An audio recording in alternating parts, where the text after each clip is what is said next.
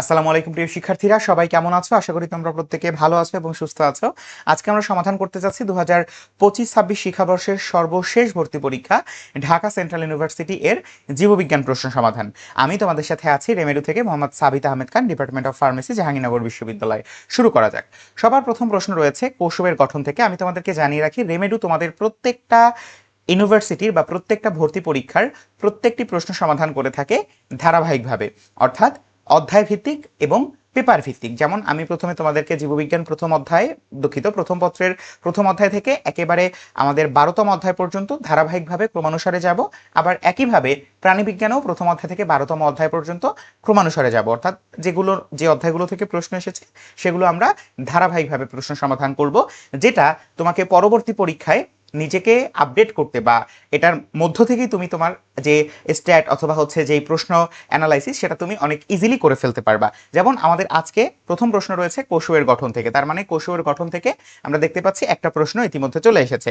So প্রথম প্রশ্ন রয়েছে ডিএনএ থেকে আরএনএ, এটা এই প্রক্রিয়ার মাধ্যমে সম্পন্ন হয়। আরএনএ থেকে প্রোটিন, এটা বি প্রক্রিয়ার মাধ্যমে সম্পন্ন হয়। এখন আমাদের প্রশ্নে বলা হয়েছে উল্লেখিত বি প্রক্রিয়াকে কি বলা হয়। সো আমরা মনে রাখবো আমাদের এই যে ডিএনএ থেকে আরএনএ, আরএনএ থেকে প্রোটিন, এই প্রক্রিয়াটাকে আমরা বলি হচ্ছে বা এই ধারাবাহিকতাকে আমরা বলি সেন্ট্রাল ডগমা অফ লাইফ বা কেন্দ্রীয় প্রত্যয়। সো এই কেন্দ্রীয় প্রত্যয়ে আমরা জানি যে ডিএনএ থেকে ডিএনএ রেপ্লিকেশন প্রক্রিয়াতে, ডিএনএ থেকে আরএনএ বা এমআরএনএ ট্রান্সক্রিপশন পদ্ধতিতে, এবং আরএনএ থেকে প্রোটিন তৈরির যে প্রক্রিয়া রয়েছে সেটাকে আমরা বলি ট্রান্সলেশন প্রক্রিয়াতে। তাহলে আমাদের সঠিক উত্তর কি হবে? আমাদের সঠিক উত্তর রয়েছে ট্রান্সলেশন।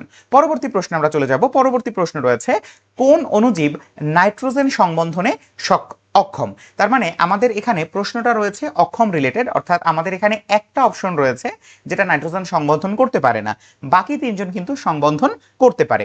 সো আমরা দেখতে পাচ্ছি রাইজোবিয়াম আমরা শিম জাতীয় উদ্ভিদের ক্ষেত্রে প্রচুর দেখি যে তারা আমাদের উদ্ভিদের নাইট্রোজেনটাকে সংবন্ধন করতে সাহায্য করে। ক্লস্ট্রিডিয়াম এটাও একটা ভালো নাইট্রোজেন সংবন্ধনকারী ব্যাকটেরিয়া।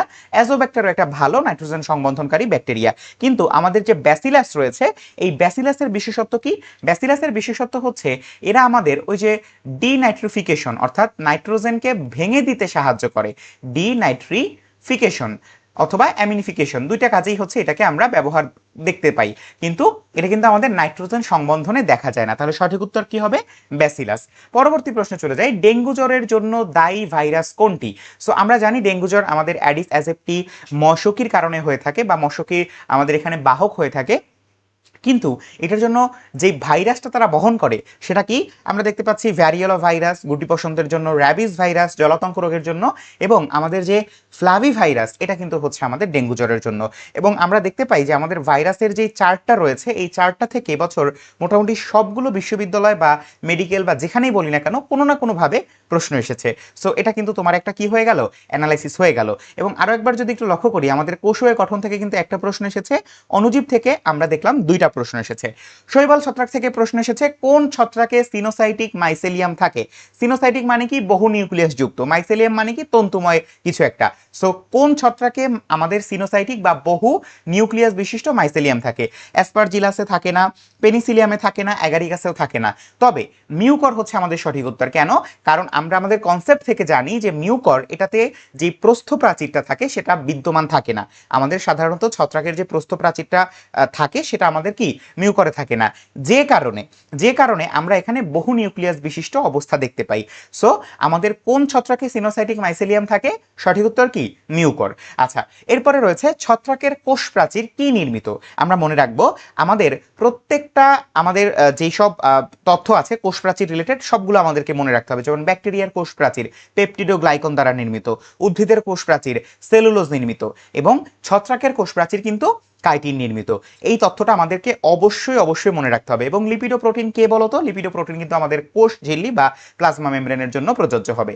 আচ্ছা, সাইকাসের বৈশিষ্ট্য কোনটি? সাইকাসের বৈশিষ্ট্য বা সাইকাস রিলেটেড প্রশ্ন থাকবে না, এটা আসলে কোনো সুস্থ ভর্তি পরীক্ষা আমরা সাধারণত দেখতে পাই না। অর্থাৎ একটা প্রপার ভর্তি পরীক্ষার মূল বৈশিষ্ট্যই হচ্ছে সাইকাসের বৈশিষ্ট্য রিলেটেড বা সাইকাস রিলেটেড প্রশ্ন। নগ্নবীজি আবৃতবীজি উদ্ভিদ থেকে একটা প্রশ্ন এসেছে, ফল হয় আসলে আমরা জানি যে সাইকাস একটা নগ্নবীজী উদ্ভিদ, তার মানে তার গর্ভাশয় থাকে না, তার মানে তার ফল হয় না। ট্রিপ্লয়েড শস্য, আমরা এটাও জানি যে আবৃতবীজী উদ্ভিদের একটা বিশেষ বৈশিষ্ট্যই হচ্ছে তাদের ফ্রাইজেন বা ট্রিপ্লয়েড শস্য থাকে এবং দিনিষেক ঘটে। তার মানে কি আমাদের দিনিষেকও এখানে ঘটবে না। আমরা জানি নগ্নবীজী উদ্ভিদের মধ্যে একমাত্র অ্যাফিডরা ব্যতীত বাকি সবারই আমাদের কি দিনিষেক হয় না, তার মানে এটাও সঠিক উত্তর নয়। তাহলে সঠিক উত্তর কোনটা? কোরালয়েড মূল। এবং সাইকাসের অন্যতম একটা বৈশিষ্ট্য যেখানে আমরা দেখতে পাই যে সাইকাসের যে প্রধান মূল এটা সাধারণত অস্থানিক মূল থেকে রিপ্লেস হয়ে যায়, এবং এই অস্থানিক মূলের মধ্যে আমরা সাধারণত কি দেখতে পাই? আমরা একটা সাইনোব্যাকটেরিয়া বা ব্যাকটেরিয়ার একটা স্তর দেখতে পাই। সো আমাদের এই যে মূলটা, এই মূলটা কিন্তু কোরালের মতো। আমরা যদি হচ্ছে এখানে দেখি যে এটার শেষে, কোরালের শেষে অয়েড কথাটা আছে, এবং আমরা জানি যে অয়েড মানে হচ্ছে রিজেম্বলিং বা হচ্ছে সদৃশ। সো এই সদৃশ শব্দটার মানে কি? যে এটা কোরালের মতো দেখতে, সমুদ্রে যে কোরাল থাকে সেই কোরালের মতো। কেন হয়? কারণ হচ্ছে এখানে আমাদের একটা কি থাকে? সাইনোব্যাকটেরিয়ার স্তর থাকে, এই কারণে। আচ্ছা, এরপরে রয়েছে পোয়াসি গোত্রের উদ্ভিদের বৈশিষ্ট্য নয় কোনটি? সো পোয়াসি গোত্র কারা বলতো? পোয়াসি কিন্তু হচ্ছে আমাদের ঘাস গোত্রের উদ্ভিদ, অর্থাৎ আমাদের এই যে ধান বা এই জাতীয় উদ্ভিদগুলো কি ধান অথবা বাঁশ, এরা কি? এরা হচ্ছে আমাদের পোয়াসি গোত্রের উদ্ভিদ। সো এদের ফল ক্যারিওপসিস একেবারে সঠিক, পুষ্পপঞ্জরি স্পাইকলেট একেবারে সঠিক।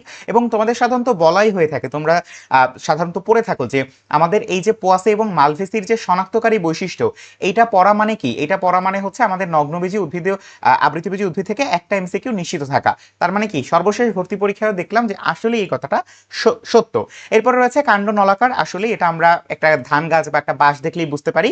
তবে আমরা ঢেঁড়সকে যদি কাটি তাহলে কিন্তু আমরা একটু কেমন একটা তোমার একটু কি বলা যেতে পারে, একটু পিচ্ছিল কিছু পদার্থ ফিল করি না? ঢেঁড়সকে তো কখনো যদি তুমি কাঁচা আটাকে রান্না করার পরেও কিছু সেটার মধ্যে একটু পিচ্ছিল পিচ্ছিল অবস্থা দেখতে পাই। কেন? কারণ তার মধ্যে কি থাকে? মিউসিলেস থাকে। তার মানে কি আমাদের এই যে মালভিসি গোত্র, সেই মালভিসি গোত্রের একটা বিশেষ বৈশিষ্ট্য হচ্ছে তাদের মিউসিলেস থাকে। তাহলে আমাদের এটাও সঠিক, এটাও সঠিক, এটাও সঠিক পোয়াসি গোত্রের জন্য, কিন্তু মিউসিলেস কিন্তু আমাদের পোয়াসি গোত্রের বৈশিষ্ট্য নয়। তাহলে আমাদের এই প্রশ্নের সাপেক্ষে সঠিক উত্তর কোনটি? মিউসিলেস বিদ্যমান। কেননা মিউসিলেস কাদের বৈশিষ্ট্য? আমাদের মিউসিলেস হচ্ছে মালভিসি গোত্রের বৈশিষ্ট্য। আচ্ছা, ক্যালভিন চক্রের প্রথম স্থায়ী পদার্থ কোনটি? এই প্রশ্নটা আমাদের সবার জন্য বলা যেতে পারে, আমরা যতই আমরা উদ্ভিদসারী তত্ত্ব এই অধ্যায়ের উপরে যদি 100 প্রশ্ন সলভ করি, 100 প্রশ্ন সলভ করলে অন্তত 2বার হচ্ছে আমরা এই প্রশ্নটা সলভ করেছি। সো ক্যালভিন চক্র বা C3 চক্রের প্রথম স্থায়ী পদার্থ কোনটি? আমরা জানি ক্যালভিন চক্রে আমাদের প্রথম কার্বন ডাইঅক্সাইড গ্রহীতা হচ্ছে আমাদের RuBp বা Ru1,5 বিসফসফেট, বা আমাদের এই যে RuBp যেটা আমাদের কি কার্বন ডাইঅক্সাইড গ্রহণ করে, এরপরে আমাদের একটা অস্থায়ী কিটো অ্যাসিড তৈরি হয়, এবং এই অস্থায়ী কিটো অ্যাসিডই কিন্তু পরবর্তীতে আমাদের কি 3 ফসফোগ্লিসারিক অ্যাসিড বা 3 PGA বা আমাদের প্রথম কার্বন মানে স্থায়ী পদার্থ তৈরি করে ক্যালভিন চক্র বা C3 চক্রের জন্য। তাহলে আমাদের সঠিক উত্তর কি? 3 ফসফোগ্লিসারিক অ্যাসিড। এবং এই প্রশ্নটার সাথে আরেকটা রিলেটেবল প্রশ্ন হচ্ছে পৃথিবীর সবথেকে গুরুত্বপূর্ণ এনজাইম কোনটি? রুবিস্কো এনজাইম, এবং এটা কিন্তু এখানে কাজে লাগে। ঠিক আছে, তাহলে ক্যালভিন চক্রের প্রথম স্থায়ী পদার্থ কোনটি? 3 ফসফোগ্লিসারিক অ্যাসিড। আবার এই যে অক্সালো অ্যাসিটিক অ্যাসিড, এটা কাদের বলতো? এটা কিন্তু হচ্ছে আমাদের C4 উদ্ভিদ বা হ্যাসোস্লাগ চক্রের ক্ষেত্রে প্রযোজ্য হবে। ওকে, আচ্ছা, এরপরে আসো ইলেকট্রন ট্রান্সপোর্ট সিস্টেমের সাথে জড়িত থেকে শক্তি উৎপন্ন করে কোনটি? আমরা জানি যে আমাদের এই যে ইলেকট্রন ট্রান্সপোর্ট সিস্টেম, এটা কিন্তু একটু কঠিন একটা টপিক নাকি?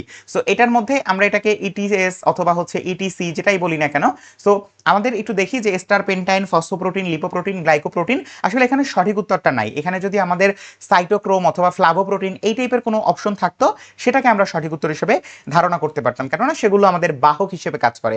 বাট এখানে যারা আছে তারা আসলে আমাদের এই ইলেকট্রন ট্রান্সপোর্ট সিস্টেমের সাথে রিলেটেবল না। সো তোমরা যদি কেউ ওই প্রশ্নটা না দাগিয়ে থাকো সেটা তোমাদের জন্য একটা প্লাস পয়েন্ট, যে তোমরা আসলে জানো যে এটা আসলে সঠিক উত্তর হিসেবে নেই। আচ্ছা, বাংলাদেশ সরকার অনুমোদিত প্রথম GM বা জেনেটিক্যালি মডিফাইড খাদ্য কোনটি? এইটা আমাদের জীব প্রযুক্তির সব থেকে ভাইটাল একটা প্রশ্ন। কেন? কারণ এটা আমি 2024-25 থেকে দেখে আসছি। 2024-25-এর জগন্নাথ বিশ্ববিদ্যালয় ভর্তি পরীক্ষা থেকে এই প্রশ্নটা কয়েক রূপে এসেছে। ঢাকা বিশ্ববিদ্যালয়ে প্রশ্নটা এসে গিয়েছে গত বছর, এবং সেখানে ছিল যে প্রথম GM খাদ্য কোনটি, এবং সেটা ছিল বিটি ব্রিনজল। সো অনেকে আসলে ব্রিনজল মানে যে বেগুন, আমি নিজেও জানতাম না আসলে। সো ব্রিনজল মানে যে বেগুন, এইটার কারণে অনেকে ভুল করেছে। তবে এবার তোমাদের এত কঠিন করেনি, জাস্ট বলেছে বিটি বেগুন। সো সঠিক উত্তর কি? বিটি বেগুন, 2013 সালে অ্যাপ্রুভ হয়েছে। আচ্ছা, পরবর্তী প্রশ্ন, লুকায়িত পত্ররন্ধ্র পাওয়া যায় কোন উদ্ভিদ? এটা কিন্তু জীবের পরিবেশ বিস্তার ও সংরক্ষণ থেকে এসেছে, অর্থাৎ 12তম অধ্যায় থেকে এসেছে। তোমরা যারা একটু এক্সটেন্ডেড প্রিপারেশন নিয়েছো তাদের জন্য এই দুইটা প্রশ্ন, এখান থেকে দুইটা প্রশ্ন এসেছে, এই প্রশ্ন দুইটা অনেক সহজ হয়েছে। সো লুকায়িত পত্ররন্ধ্র কাদের থাকবে বলতো? যাদের একটু পানি ধরে রাখার প্রয়োজন, অথবা যাদের একটু মানে প্রয়োজন যে তারা যখন অভাব হবে বা এই টাইপের সিচুয়েশনে তারা যেন পানিটা ধরে রাখতে পারে। তো এটা কোন ধরনের উদ্ভিদে দেখা যায়? জেরোফাইট অথবা মরুজ উদ্ভিদে। এবং আমরা দেখতে পাচ্ছি যে এখানে আমাদের আসলে এই যে প্রথম অপশন অথবা তৃতীয় অপশন বা চতুর্থ অপশন নিমফিয়া, এটা তো আমাদের পরিচিত উদ্ভিদ, আমাদের শাপলা, হাইড্রিলা এটাও হচ্ছে আমাদের পরিচিত উদ্ভিদ, বাট নেরিয়াম এইটা হচ্ছে আমাদের একটা মরুজ উদ্ভিদ। সো একটু এক্সটেন্ডেড প্রিপারেশন নিয়ে থাকলে আশা করি তোমরা এটার উত্তর পেরেছো। আচ্ছা, নিচের কোনটি ম্যানগ্রোভ উদ্ভিদের বৈশিষ্ট্য নয়? সো ম্যানগ্রোভ উদ্ভিদের বৈশিষ্ট্য নয়, এইসব প্রশ্ন একটু সময় বেশি যায়। যেমনটা দেখা যাচ্ছে জরায়ুজ অঙ্কুরোদ্গম, হ্যাঁ এটা কিন্তু খুব ভালো একটা বৈশিষ্ট্য ম্যানগ্রোভের, কেননা ওরা যেহেতু পানির মধ্যে থাকে, ম্যানগ্রোভ এবং লবণাক্ত পানির মধ্যে থাকে, এই কারণে দেখা যায় যে ওরা বীজ অবস্থাতেই ওদের অঙ্কুরোদ্গম হয়ে যায়। এবং ওদের তো অবশ্যই শ্বাসমূল থাকতে হবে, না হলে তো ওরা আসলে মানে শ্বাসই নিতে পারবে না। এরকম পানির মধ্য থেকে এরকম উঁচু উঁচু যে শ্বাসমূলগুলো থাকে, এই কারণে তারা কি শ্বাস নিতে পারে। ঠেসমূল, ওদেরকে অনেক লম্বা জায়গায় বিস্তৃত হওয়ার জন্য আমাদের আমাদের পানি ব্যতীত যে আমাদের সাধারণ মাটির যে অবস্থায় আছে বা আমরা যে সমতলে থাকি, আমাদের তো যে শিকড় আছে, শিকড়গুলো অনেক লম্বা জায়গায় সরিয়ে যেতে পারে, বাট ওদের ক্ষেত্রে তো এটা আসলে পসিবল না।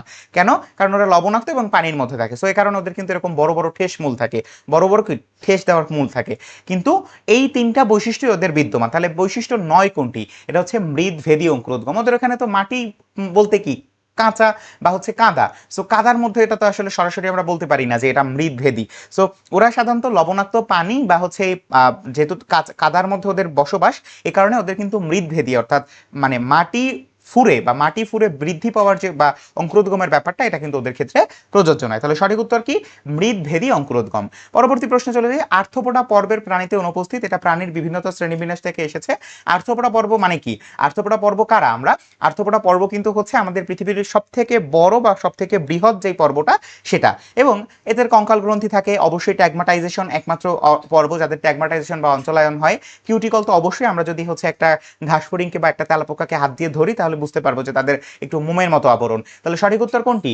রেডুলা। কেন? আমরা জানি রেডুলা কাদের ক্ষেত্রে প্রযোজ্য? কম্বোজ প্রাণী, মলাস্কার ক্ষেত্রে প্রযোজ্য। ওকে, সো যারা 9টা পর্ব খুব ভালো করে পারো তাদের জন্য এই ধরনের প্রশ্নের উত্তর অনেক সহজ। নিচের কোনটি মাছ?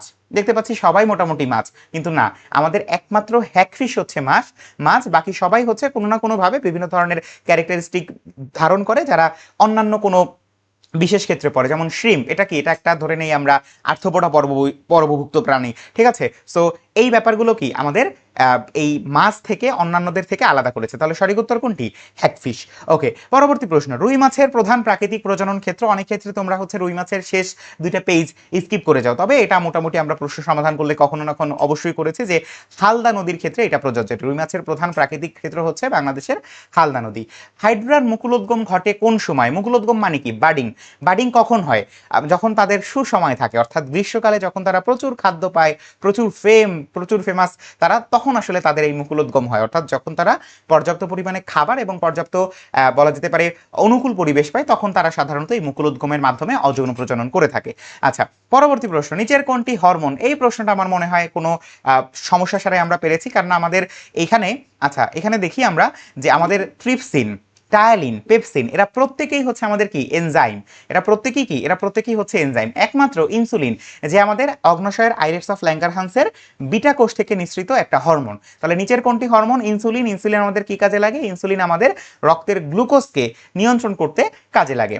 আচ্ছা, এবং এটা আমাদের কি? গ্লাইকোজেনেসিস প্রক্রিয়াতে সাহায্য করে। এরপরে রয়েছে নিচের কোনটিকে মেমোরি সেল বলা হয়, অর্থাৎ স্মৃতি রক্ষাকারী কোষ। একটু ইংরেজিতে দিয়েছে আর কি তোমাদেরকে। সো মেমোরি সেল কাদের বলা হয়? যারা আমাদের অ্যান্টিবডি তৈরি করে, কিভাবে? কোনো একটা ঘটনাকে মনে রেখে। সো আমাদের যে লিম্ফোসাইট, যেটাতে টোটাল 3টা ধরন আছে। কি কি ধরন আছে? বি সেল, তারপরে হচ্ছে টি সেল এবং এনকে সেল, অর্থাৎ ন্যাচারাল কিলার সেল। সো এই তিনটার মধ্যে আমাদের যে টি সেল আছে, এই ভদ্রলোক কি করে? মনে রাখে। এ হচ্ছে নীরবে নিভৃতে কাজ করে, অর্থাৎ মনে রাখে যে কে আমাকে আঘাত করেছে। সেই আঘাতের উপর ভিত্তি করে সে মনে রাখে, এবং বি যার হচ্ছে সহযোগী তাকে বলে যে তুমি ওর বিরুদ্ধে একটা অ্যান্টিবডি তৈরি করে রাখো, ভবিষ্যতে যদিও আবার কখনো আসে তাহলে একটা কি আর্জেন্টিনা ব্রাজিল ম্যাচ হয়ে যাবে, ঠিক আছে? সো এই কারণে নিচের কোনটিকে মেমোরি সেল বলা হয়? লিম্ফোসাইট হচ্ছে আমাদের সঠিক উত্তর। পরবর্তী প্রশ্ন। নিচের কোনটি মানে রক্তের পিএইচ মান? রক্ত রিলেটেড আমাদের প্রশ্নের মধ্যে সবথেকে বেশিরভাগ প্রশ্নই কিন্তু বৈশিষ্ট্য হয়ে থাকে।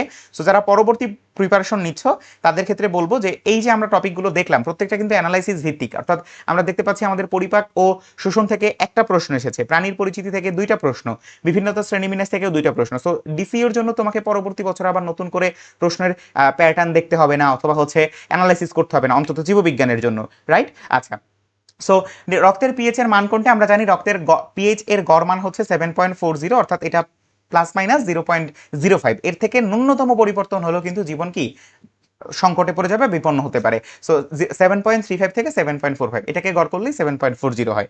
নিচের কোন রক্ত গ্রুপে অ্যান্টিবডি নেই? আমরা সাধারণত এটাকে এমন বলি যে যার কোনো শত্রু নেই তার কোনো কি নেই, অ্যান্টিবডি নেই। আমার শত্রু না থাকলে তো আমার কোনো অ্যান্টিবডির দরকার নেই। যেমন আমরা বলি যে যদি হচ্ছে একটা মাস্তান যার এলাকা হচ্ছে এ, সেই এলাকা কি করবে, প্রোটেক্ট করবে বি অ্যান্টিবডি দিয়ে।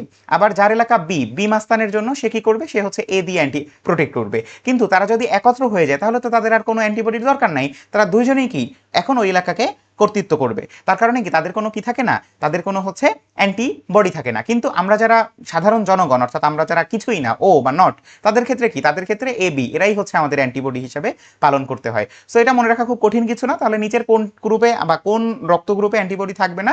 আমাদের এ বি রক্ত গ্রুপে অ্যান্টিবডি থাকবে না। এরপরে রয়েছে ক্ষুদ্রান্ত্রের অংশ নয় কোনটি? পরিপাক শোষণ থেকে প্রশ্নটা এসেছে। আচ্ছা, আমরা কি একটু সিরিয়াল ব্রেক করলাম? পরিপাক শোষণ তো এখানে থাকার কথা। আচ্ছা, সমস্যা নেই, আমরা বুঝতে পারছি যে আমাদের রক্ত সঞ্চালন থেকে 3টা প্রশ্ন এসেছে, পরিপাক ও শ্বসন থেকে আমাদের 2টা প্রশ্ন এসেছে, একটু এদিক ওদিক হয়ে গেছে, সমস্যা নেই। ক্ষুদ্রান্ত্রের অংশ নয় কোনটি? মনে রাখবো আমরা ক্ষুদ্রান্ত্রের অংশ নয় কোনটি। আমরা জানি ক্ষুদ্রান্ত্রের অংশ 3টা, ডিওডিনাম, জেজুনাম, ইলিয়াম। সো আমাদের ফান্ডাস বা এই ফান্ডাস ফান্ডাস কার মানে কার অংশ? ফান্ডাস কিন্তু হচ্ছে আমাদের পাকস্থলীর অংশ। আচ্ছা, এরপরে রয়েছে ফুসফুসের আবরণের নাম কি? আবরণ নিয়ে প্রশ্ন হবে না, এটা আসলে সম্ভব না। সো ফুসফুসের আবরণের নাম কি? তার আগে আমরা একটু দেখি। পেরিকার্ডিয়াম। পেরি মানে কি? পেরি মানে হচ্ছে পার্শ্ব বা অ্যারাউন্ড। সো পেরি এটার মানে কি, যে আমাদের কোনো একটা কিছুকে চারপাশ দিয়ে আবৃত করে রাখবে। কার্ডিয়াম মানে কি? কার্ডিয়াম মানেই হচ্ছে কি হৃৎপিণ্ড, তার মানে পেরিকার্ডিয়াম হৃৎপিণ্ডের আবরণ। পেরিটোনিয়াম মনে হতে পারে এটা কি নাকি, বাট পেরি মানে হচ্ছে আবরণ মানে চারপাশে, আর টোনিয়াম মানে হচ্ছে টোন বা প্রেশার। আমরা আমাদের সব থেকে বিশেষ করে যারা আমরা একটু হেলদি আছি, আমরা সব থেকে বেশি প্রেশার কোথায় দেই? পেটে দেই। পেটে প্রেশার দিয়ে আমরা সেটাকে একটু নিচের দিকে রাখার চেষ্টা করি। সো পেরিটোনিয়াম হচ্ছে আমাদের এই উদর গহ্বরের আবরণ। মেনেঞ্জিস কোথার? আমাদের মস্তিষ্ক এবং সুষুম্না কাণ্ডের। সো এটা আমরা মোটামুটি সবাই জানি। এবং ফুসফুসের আবরণ তাহলে কি? প্লুরা। ফুসফুসের আবরণের নাম কি? প্লুরা। পরবর্তী প্রশ্ন চলে যাই চলন অঙ্গচালনা থেকে। মানুষের করটিকার অস্থির সংখ্যা কত? সো মাথায় রাখবা করটিকা, মনে রাখবা আমাদের করটির মধ্যে টোটাল 4 ধরনের অস্থি থাকে। প্রথমে কে থাকে? প্রথমে থাকে হচ্ছে আমাদের করটিকা, এরপরে মুখমণ্ডলীয় অস্থি, এরপরে হচ্ছে আমাদের কি থাকে? কর্ণাস্থি, এবং এরপরে আমাদের একটা ছোট্ট ইউ আকৃতির হাইওয়েড অস্থি থাকে, যেটা আমাদের জিহ্বার সাথে কানেক্টেড থাকে। সো করটিকার অস্থি কিন্তু টোটাল কয়টা? 8টা। কিরকম? এখানে আমাদের শুধুমাত্র প্যারাইটাল এবং আমাদের কি টেম্পোরাল, এই দুইজনরা কি আছে? এই দুজন হচ্ছে জোর অস্থি। বাকি যারা আছে যেমন ফ্রন্টাল, তারপরে হচ্ছে আমাদের আর কার আছে? অক্সিপিটাল, ঠিক আছে, এবং আমাদের স্ফেনয়েড, এথময়েড, এরা সবাই কি একটা করে। তাহলে ওই দুজন হচ্ছে দুই দুই দুই দুই, আর বাকি যে চারজন আছে তারা কি একটা একটা করে। তার মানে কি টোটাল 8টি অস্থি আমাদের মানুষের করটিকাতে দেখা যায়, করটিকাতে দেখা যায়। আচ্ছা, এরপরে রয়েছে নিচের কোনটি জীবন্ত জীবাশ্ম? জীবন্ত জীবাশ্ম মানে কি? যারা হাজার বছর ধরে অবস্থান করতেছে এবং তাদের সমসাময়িক যারা, তারা মোটামুটি ইন্না লিল্লাহি ওয়া ইন্না ইলাইহি রাজিউন, বাট তারা কিন্তু এখন পর্যন্ত বিবর্তিত হয়নি বা তারা এখন পর্যন্ত হারিয়ে যায়নি। সো এরকম উদাহরণ কোনটা? এরকম উদাহরণ কিন্তু হচ্ছে আমাদের ল্যাটিমারিয়া। সো এই ল্যাটিমারিয়া যে মাছগুলো আছে তারা এখন পর্যন্ত হারিয়ে যায়নি, এ কারণে তাদেরকে আমরা বলতে পারি কি? জীবন্ত জীবাশ্ম, ঠিক আছে। আচ্ছা, এরপরে হচ্ছে আমাদের 9:7 অনুপাতের কারণ। এই প্রশ্নটা আমার খুব ভালো লাগছে, যে আমার অতিরিক্ত কোনো কথা নাই, যে 9:7 অনুপাত এটা তুমি জানো এটা কার সাথে রিলেটেড? আমাদের গ্রেগর জোহান মেন্ডেলের যে সেকেন্ড লটা আছে সেই সেকেন্ড লয়ের সাথে কানেক্টেড। তার মানে সেকেন্ড লটা যে আমাদের 9:3:3:1, ঠিক আছে, 9:3:3:1, এই যে এটার যে পরিবর্তন, এই পরিবর্তনটা কেন হয়েছে আমাকে বলো। 9:7 কি কারণে হয়েছে? মুকোবধিরের ব্যাপারটা, সেটা হচ্ছে কি আমাদের এই দ্বৈত প্রচ্ছন্ন অ্যাপিস্টেসিসের ক্ষেত্রে আমরা লক্ষ্য করি। তাহলে 9:7 অনুপাতের কারণ কি? তাহলে দ্বৈত প্রচ্ছন্ন অ্যাপিস্টেসিস, এটার কারণে মূলত আমাদের এই প্রবলেমটা, সরি, এই অনুপাতের পরিবর্তনটা হয়ে থাকে। আমাদের গ্রেগর জোহান মেন্ডেল সাহেবের যে 2টা সূত্র আছে, এই 2টা সূত্রের কি কি পড়তে হবে? এটা কিন্তু বেশ ভালো একটা প্রশ্ন। সেটা হচ্ছে 1 নম্বরে হচ্ছে সূত্রগুলোর মানে ভিন্ন নাম। আমাদের সূত্রগুলোর যে ভিন্ন নাম আছে সেই ভিন্ন নাম কিন্তু খুবই গুরুত্বপূর্ণ। স্বাধীন সঞ্চারণের সূত্র। দ্বিতীয় যেটা, সেটা হচ্ছে আমাদের অনুপাতগুলো।